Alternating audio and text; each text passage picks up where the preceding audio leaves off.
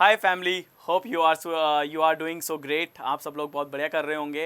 And मैं सचिन मोदी एक बार फिर से आप सभी का स्वागत करता हूं हमारे आज के सेशन में। सो माय डियर स्टूडेंट, आज का सेशन हमारा ज़बरदस्त होने वाला है, ठीक है, क्योंकि आज के सेशन के अंदर मैं आपके लिए बहुत शानदार क्वेश्चंस लेके आया हूँ। तो चलिए स्टार्ट करते हैं हम हमारे आज के सेशन को, that is coded inequality. Best trick आज मैं आपको बताने वाला हूँ कोडेड इनइक्विलिटी की। तो चलिए समझते हैं इस क्वेश्चंस को और देखते हैं कि किस तरीके से हमें डील करना है।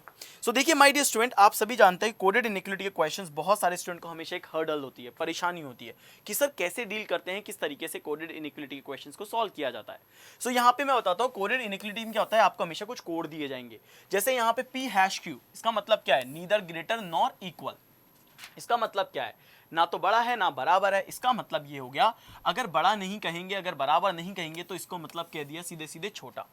इसका मतलब है क्या है, कॉपीराइट का मतलब है या तो इक्वल भी नहीं है, स्मॉलर नहीं है। इसका मतलब है ये कहना चाहता है कि ये ग्रेटर है। तो यहाँ पे दूसरा साइन हो गया हमारा ग्रेटर का। तीसरा साइन क्या कह रहा है, परसेंटेज। परसेंटेज का मतलब क्या है, ना तो छोटा है ना ही ये बड़ा है। अगर छोटा बड़ा दोनों नहीं होता है, इसका मतलब है कि बराबर की ये बात कर रहा है। करेक्ट। अब डॉलर की बात करते हैं। डॉलर का मतलब कह रहा है छोटा नहीं है। छोटा नहीं है इसका मतलब क्या है कि बड़ा और बराबर की ये बात कर रहा है। एंड द लास्ट वन कि बड़ा नहीं है, इसका मतलब है छोटा और बराबर की ये बात कर रहा है। Is it clear? सबसे पहली चीज आपको एग्जाम हॉल के अंदर जो है इसे देखना पड़ेगा, इसे समझना पड़ेगा, इसको पढ़ना पड़ेगा, जो कि आपको ज्यादा वक्त नहीं लगेगा, 10 से 20 सेकंड लगेंगे आपको बस देख करके उसे प्लेस करने में। अब क्या करना है वो देखिए। आपको क्या करना पड़ेगा, दो बॉक्स बनाने होंगे। दो बॉक्स बनाने हैं इनिशियली, बाद में आप हमेशा एक ही बॉक्स बनाएंगे हमेशा। जैसे आपको मैं बताता हूं कुछ फिक्स पोजीशन, ये ग्रेटर है, ये ग्रेटर देन इक्वल है, ये लेस देन है, ये लेस देन इक्वल है, और ये इक्वल है। क्लियर है? तो ये कुछ ट्रिक्स बता रहा हूं मैं आपको। अब ग्रेटर का मतलब क्या था, ग्रेटर का मतलब हमारे लिए कॉपीराइट है, कॉपीराइट लिखेंगे। लेस देन का मतलब हमारे लिए क्या था, हैश था, तो हैश लिखेंगे। ग्रेटर देन इक्वल टू का मतलब हमारे लिए @ था।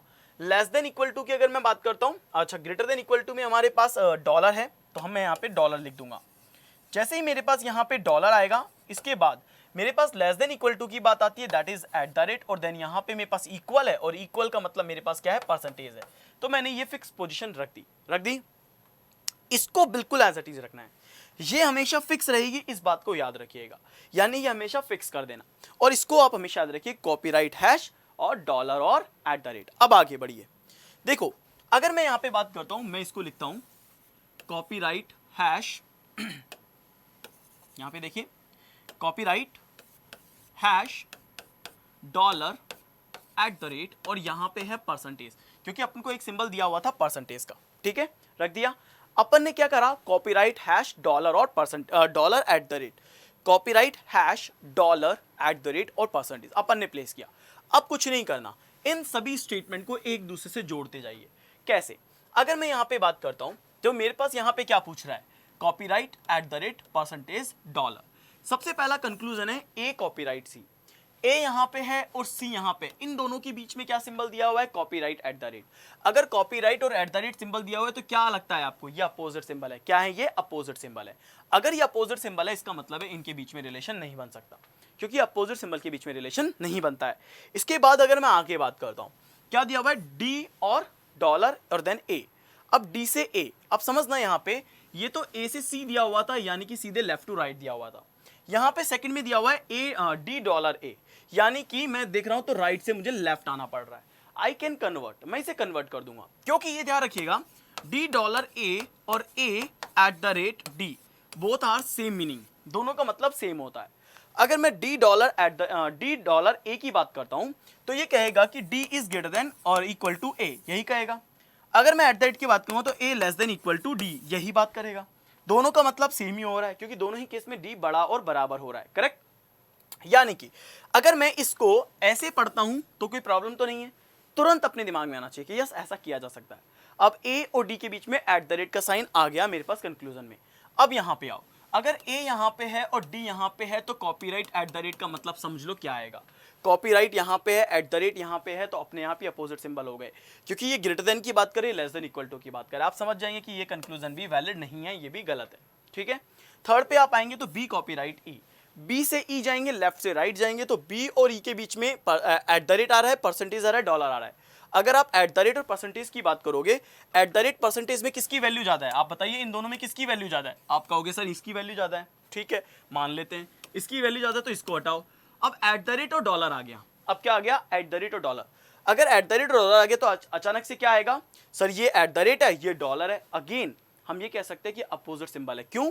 क्योंकि एक आपको ये इंडिकेट करवाएगा, एक आपको ये इंडिकेट करवाएगा। सो अगेन क्या कहोगे, no relation found, and the answer of this question is none is true. पहले क्वेश्चन का आंसर क्या होगा, नन ट्रू होगा। बात समझ में आई? किस तरीके से बताया, क्वेश्चन क्लियर हुआ? अगला एक और क्वेश्चन बताता हूं, सुनिएगा ध्यान से। देखिए अगेन मैं आपको फिर से एक बॉक्स बना रहा हूं, वही बॉक्स बनाऊंगा जो मैंने पहले बनाया है, कोई ज्यादा चेंजेस नहीं है। Copyright hash dollar at the rate, copyright hash dollar at the rate percentage. Clear है? अब देखो ये स्टेटमेंट टुकड़ों में टूट रहा है, टूट रहा है। देखो यहाँ पे अगर मैं यहाँ पे बात करूँ इस स्टेटमेंट की, सो यहाँ पे ये टुकड़ों में टूट रहा है। अब करना कैसे, देखिए अगर ये इसको देखूँ या इसको देखूँ या इसको देखूँ, मेरे को ये पता है कि इनको मैं कनेक्ट करूंगा तो मेरे पास कॉमन वेरिएबल आ रहा है जी, मैं इसे कनेक्ट कर दूंगा। लेकिन यहाँ पे कॉमन वेरिएबल को मुझे यहाँ से कनेक्ट करना पड़ेगा। तो आपको हमेशा सबसे पहले एक चीज ध्यान रखनी है कि मुझे इसकी एक सेट चेन बनानी है, एक इक्वेशन बनानी है। कैसे बनाऊंगा, एफ डॉलर जी परसेंटेज एच।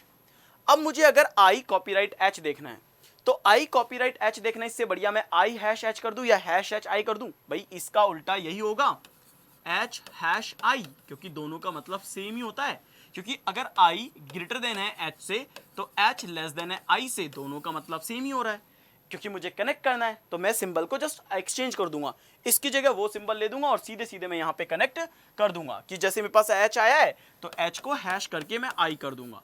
अब देखिए ये मेरा पूरा स्टेटमेंट वही है जो मेरे को ऊपर स्टेटमेंट में दिया गया है एग्जाम के अंदर। अब देखिए यहाँ पे आई कॉपीराइट जी दिया गया है, आई से जी आना पड़ेगा। इट्स बेटर मैं क्या कर लूँ, जी हैश आई चेक कर लूँ।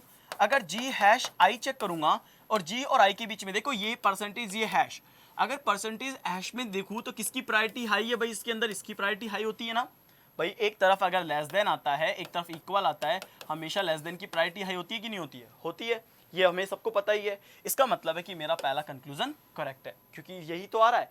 इन दोनों में आप चेक करोगे किसकी प्रायोरिटी आई है, हैश की। आपको कंक्लूजन में क्या दिया गया है, हैश दिया गया है, यानी ये सही है।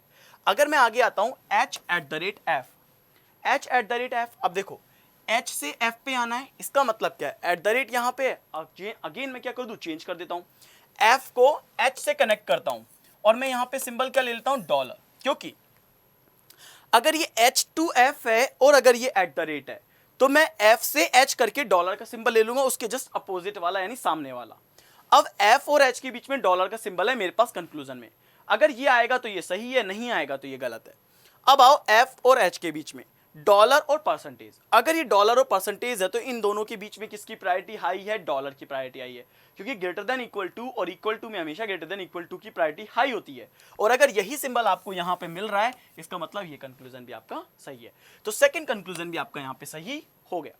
तीसरे की बात करता हूं, एफ कॉपीराइट आई। अब देखो एफ यहां पे, आई यहां पे, तीन सिंबल है अपने पास, डॉलर परसेंटेज हैश। डॉलर ये रहा, परसेंटेज ये रहा।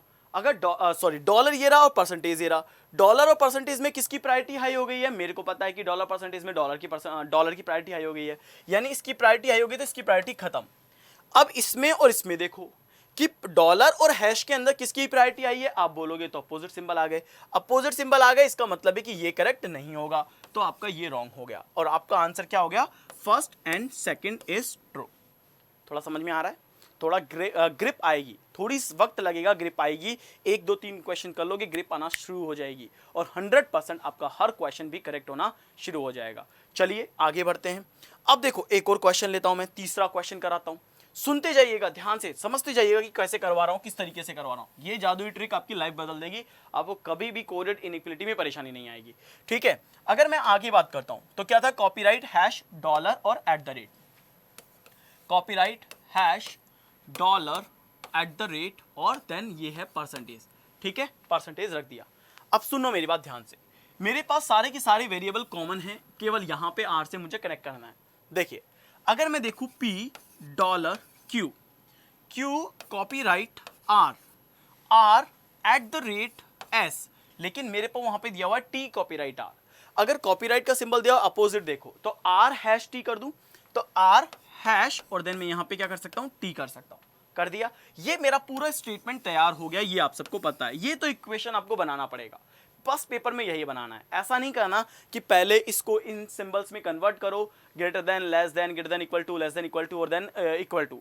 आपको वो कन्वर्ट नहीं करना, आपको सिंबल के अंदर ही खेलना है और सिंबल में ही आप इसे डायरेक्टली सॉल्व कर सकते हो। ठीक है, अब देखिए पी कॉपीराइट टी, पी से टी पे आ सकता हूं क्योंकि मुझे सीधे सीधे यूं चलना है, पी से टी पे आ सकता हूं।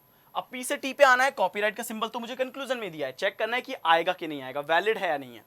डॉलर और कॉपीराइट, डॉलर और कॉपीराइट में इन दोनों में किसकी प्रायोरिटी हाई होती है? कॉपीराइट की हाई होती है, यानी इसकी प्रायोरिटी खत्म। कॉपीराइट हैश क्या एक दूसरे के अपोजिट सिंबल है? बिल्कुल है, क्योंकि एक ग्रेटर देन है दूसरा लेस देन है, इसका मतलब है पीओटी के बीच में रिलेशन आप नहीं बना सकते हैं।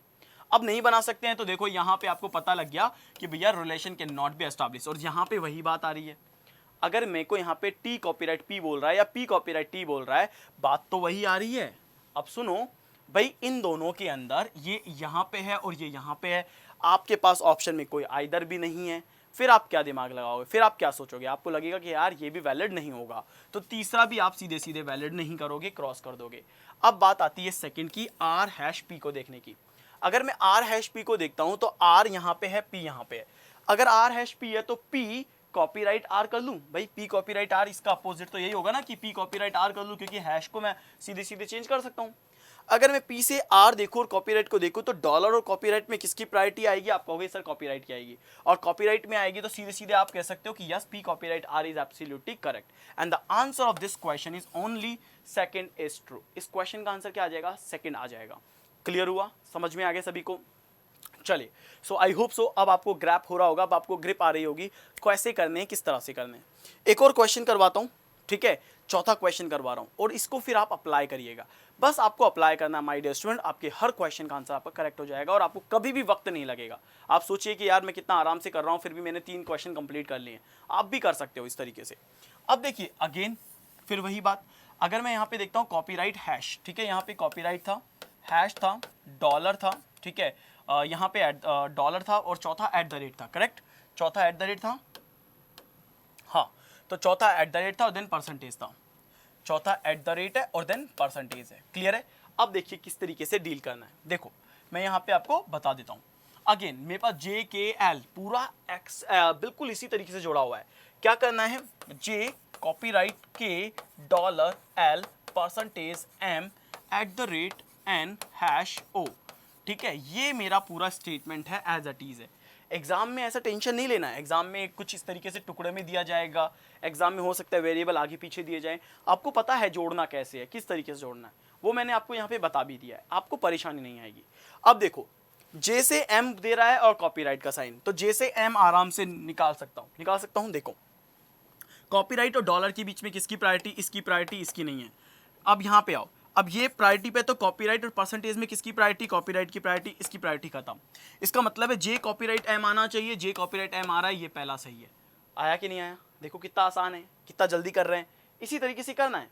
अगर मैं देखूँ L at the rate N, L at the rate N, देखो यहाँ पे एल है, यहाँ पे एन है, परसेंटेज एट द रेट, अगर परसेंटेज एट द रेट में किसकी प्रायोरिटी हाई होती है? आप कहोगे सर ऑब्वियस सी बात है एट द रेट की होती है।